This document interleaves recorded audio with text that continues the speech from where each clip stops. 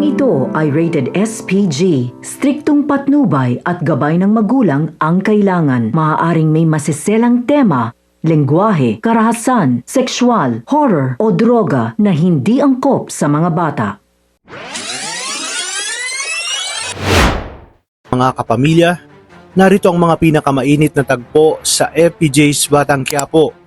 Magbabago na ang buhay ni Marites dahil sa ginawang ito ni Ramon. Labis nga ang pasasalamat ni Marites kay Ramon dahil tinulungan siya nitong makalaya. Kabaliktaran sa reaksyon ni Rigor na nagliliyab sa galit kung bakit umano nakalaya itong si Marites.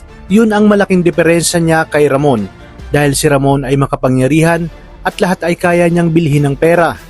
Kinausap kasi ni Ramon si Ribas upang gawa ng paraan na makalaya si Marites, ngunit hindi ito naging madali dahil bago na ang general na siyang pumalit kay Pacheco. At dito na nga papasok ang bagong karakter kung saan mas magiging matinding kalaban ng mga Montenegro ang nasabing general, habang si Rigor naman ay muling makakabalik sa pwesto dahil napatunayan na napag-initan lamang siya ni General Pacheco at nalantad na lahat ng mga illegal na gawain nito.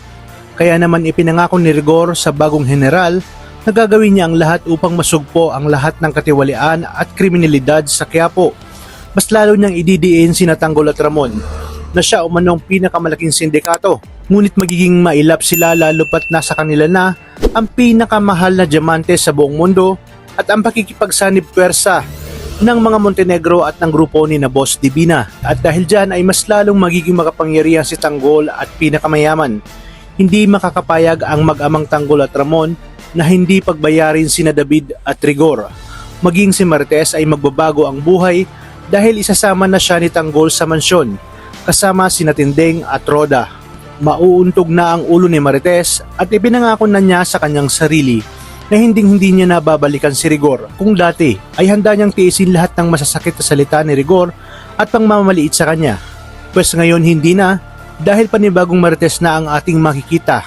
Isang palaban at determinadong babae na gagawin ang lahat upang ipagtanggol ang kanyang sarili laban kina Rigor at David. Hanggang sa darating na nga ang araw na makikilala na niya ang kanyang tunay na ama na siyang magpapakomplikado ng sitwasyon at mga panibagong revelasyon ang ating matutunghayan.